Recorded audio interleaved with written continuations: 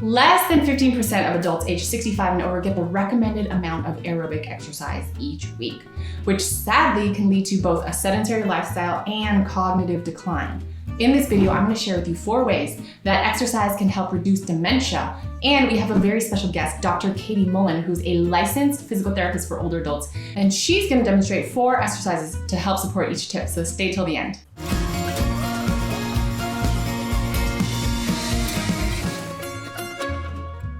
I'm Cyn Meyer, founder of Second Wind Movement and a life coach for older adults looking to make the most of their retirement years. If you're familiar with our content, you know about our 5 rings of retirement framework. And today we're diving into the health ring, and we're partnering up with Dr. Katie, who's a board certified specialist in geriatric therapy. Hi, I'm Dr. Katie, the senior centered physical therapist, and today I'm going to bring you exercises that promote brain health. A sedentary lifestyle can lead to a host of health problems, of course, including obesity, diabetes, heart disease, and even dementia. Exercise has long been known to offer a host of benefits for the body, but new research is showing that it's also beneficial for your brain because it promotes brain plasticity. Neuroplasticity allows the brain to compensate for changes that occur with age, injury, or disease. A recent study found that exercise increases the level of a protein called BDNF, which helps to promote brain plasticity and your overall health. So to encourage the growth of new nerve cells and connections in the brain, use exercise to help offset some of the cognitive decline that occurs with age. And check out this first exercise. The first thing we're going to do is balance. So traditional balance exercise is standing on one leg. Nothing wrong with that, but I'm going to show us something that's a little bit more challenging. So we're not only going to have to worry about muscles and utilizing the right muscles to maintain our balance, we're also going to have to use some mindfulness to really think about how our body's moving. Also, we're going to do some movements where I cross midline. So our brain works in a very specific way. So the left part of my brain controls my right side. My right part of my brain controls my left side. When I cross midline with my arms or legs, I'm forcing both sides of the brain to work, and that's going to promote neuroplasticity, so that connectivity between the nerves in our brain. So we're going to start with that. So this is a Tai Chi Quan movement called Part the Wild Horse's Mane. So the big thing is we're going to challenge our balance in this. So I'm going to create an imaginary ball in front of me, and I'm going to pretend it's attached to my belly button. So as I move the ball, I'm going to turn and load my right leg. We call it a preload. So I'm going to inhale and I'm going to put my weight on my right leg, and I'm going to take that big inhale, and exhale, I'm going to take a step forward. So this step is already working balance because I'm now in a different base of support, in a different plane. But also when we're about to fall, we got to know that we can take that step. So we'll start again. So I'm going to take a big inhale to preload, exhale to step. Now we're going to part the wild horse's mane. So we're going to inhale to part, exhale to sink. Here's where we challenge the balance. Inhale to push. So I can push and keep my foot down on the floor, or I can push and add a little extra balance challenge. Wherever you're at today is perfectly fine. Then we're going to inhale, rock back, and then find our weight, shift it back and forth. And then we're gonna exhale, foot forward. I'm gonna cross midline, so I'm gonna go across my body just to get both sides of that brain to work. And then we're gonna go foot down. And then I'm gonna push again, challenge that balance. See that single leg balance? And feet together. I'm gonna take a few steps back here, and then I'm gonna do it on my left side so we're nice and even. So inhale to preload, exhale to step. Inhale to part, exhale to sink. Inhale to push. Exhale, rock back. Inhale, foot forward, move that arm. Exhale, foot down, and then push, and feet together. Exercise also increases your heart rate and gets the blood flowing to all parts of your body, including your brain. When you exercise, your heart rate increases and your blood vessels dilate, which allows more blood to flow to your brain, providing it with the oxygen and the nutrients that it needs to function properly. Research has shown that it's never too late to start reaping the benefits of moderate aerobic exercise. In one study of 16 women aged 60 and older who engaged in brisk walking for 30 to 50 minutes 3 or 4 times per week, exercise showed improvement in blood flow to the brain of up to 15%. While the study was small, it still provides hope that exercise is a very helpful preventative measure against dementia. Try this next exercise for blood flow. The next exercise we're gonna do is to increase blood flow to the brain. So we're gonna use cardio. So I love a jump because it not only helps promote heart muscle, it promotes muscle of the legs and it promotes bone growth. So it's a win-win. We're also gonna get that crossing midline involved here because we're gonna do some star jumps. So I'm gonna start out with feet wide, hands wide, and I'm just gonna bring my feet together and then cross my arms in front of me. So I'm gonna jump, feet together, arms crossed.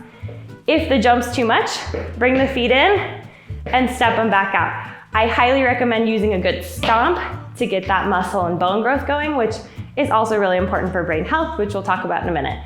But if you're gonna jump, we're feet together. Notice I'm not crossing my feet, just my arms.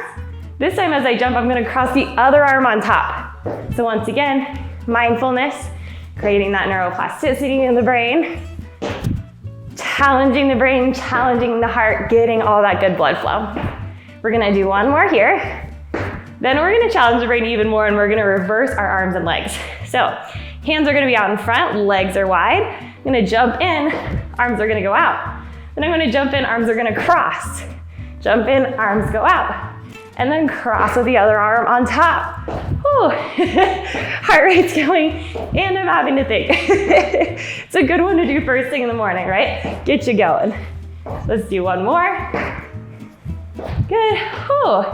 And take a much deserved rest. Chronic inflammation has been linked to a variety of diseases, including Alzheimer's disease and other forms of dementia.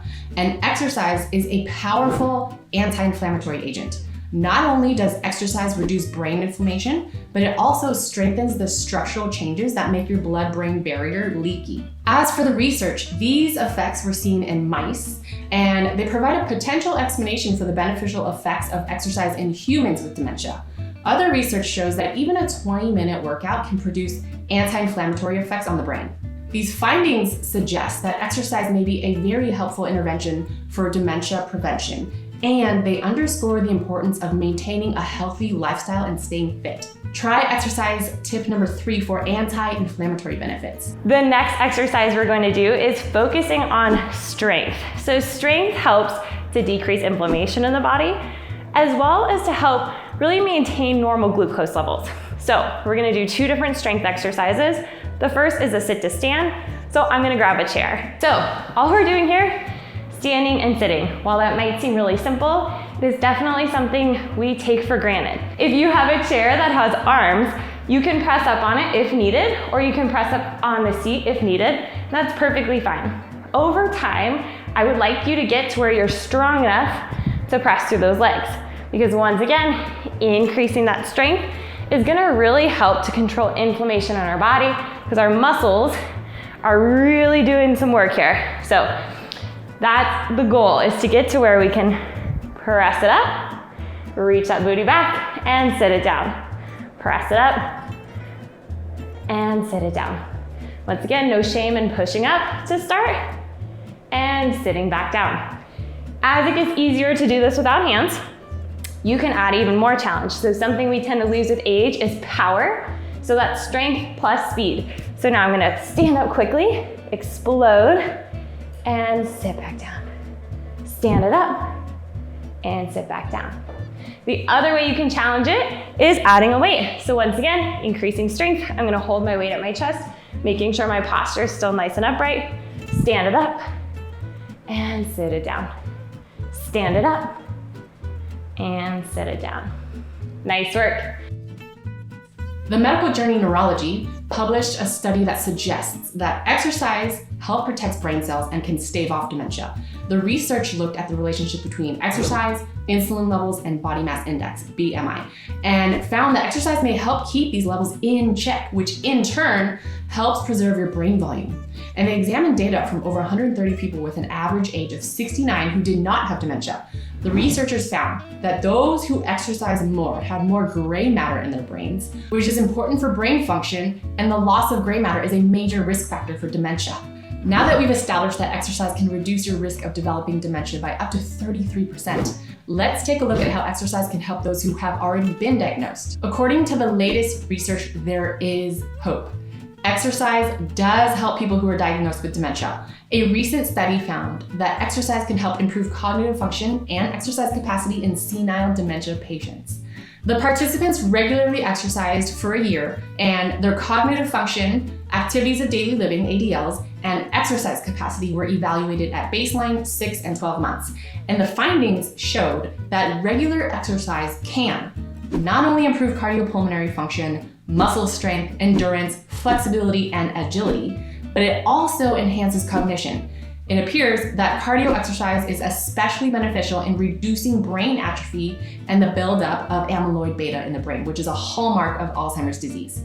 Although more research is needed, the evidence currently suggests that exercise can play an important role in preventing dementia and improving cognitive function in those who have already been diagnosed. Here's how exercise will help reduce your risk of dementia. Next, we're gonna do an exercise, once again, promoting strength and to help decrease unnecessary glucose levels in the bloodstream. So to help maintain that good glucose level, we're gonna build that muscle so that the glucose can actually be used by the muscle efficiently. So for that, we're gonna do one of my favorite exercises, push-ups. I'm gonna get my chair and my weight out of the way. For push-ups, I'm gonna get down to the floor. If you're getting down to the floor, I recommend having a towel or a mat or something to support your knees and your hands. My floor, even though it's wood, has a good bounce to it, so I'll be okay down on the floor. You can also use the wall or a countertop, so anything stable. So the less parallel you are to the surface that you're pushing against, the easier it's gonna be. And I want you to start wherever's comfortable because I want us to increase strength without causing any pain. So let's say I'm using the wall, my hands are just gonna go shoulder distance, and my feet can be right underneath me, and I can press, just like that, keeping my body all in one line. If I want a little more challenge, I can step out and press that way. That's a wonderful place to start, no shame in that. Now I'm gonna show you the version on the floor. So I'm gonna get all the way down to the floor, and then knees are gonna be under hips, hands are under shoulders. I'm gonna make sure my collarbones are wide, tips of the shoulder blades are gonna be together, and then I'm gonna float my heart. So I'm nice and stable in my upper body. My belly button's gonna support my low back by floating up towards my spine. And I'm just gonna pretend I'm bowing. So I'm gonna bend my elbows, pretend my head's gonna come to the floor, and press up. Also, I'm looking down at the floor. So we don't wanna be looking up because that can hurt the neck. So I'm looking down at the floor, I inhale down, exhale, press. And you'll feel this in the back of the arms. If you're not feeling in the back of the arms, point the elbows towards the thighs. So make sure the elbows are narrow and press. If you have wrist issues, what you can do is you can put your hands flat on the floor, and then you're gonna shift your weight back and pull yourself forward. Shift your weight back, pull yourself forward. So this is a great way, once again, to increase that strength in the upper body, help promote maintenance of glucose levels, muscles using glucose in the right way, and not hurting ourselves. Good, I'm gonna press it up. Whew, roll those shoulders. I'm gonna take my time to stand. If you need to hold on to something to stand, feel free to do so. I'm gonna just grab the wall, take my time to stand up. Excellent work. So those are 4 exercises that you can use to promote brain health. I'm Dr. Katie, the Senior Centered Physical Therapist. Have the strength to live life to the fullest. Bye-bye. Here's how exercise will help reduce your risk of dementia. Number 1, it promotes brain plasticity. Exercise aids the synthesis of protein that helps you create new neural pathways. It increases blood flow to your brain. Get your heart pumping and increase the amount of oxygen and nutrients that reach your brain. Reduces brain inflammation. Even 20 minutes of exercise can reduce inflammation. Number 4, keeps insulin and BMI levels low. These factors help preserve your gray matter and your hippocampal volume. So if you or a loved one is suffering from dementia, it's important to encourage them to stay active and exercise regularly. There are no promises, and it may not completely halt the progression of the disease, but it's totally worth the effort to improve the quality of life given the research that we do have. At a minimum, you can start reaping the benefits of exercise by adding some simple activity into your routine. May you leverage the power of exercise to preserve your cognitive health, especially as you age. If you found our video helpful, please like, subscribe, and share and comment. It helps us do our job better of helping older adults turn their retirement years into their best years. Thank you so much for watching.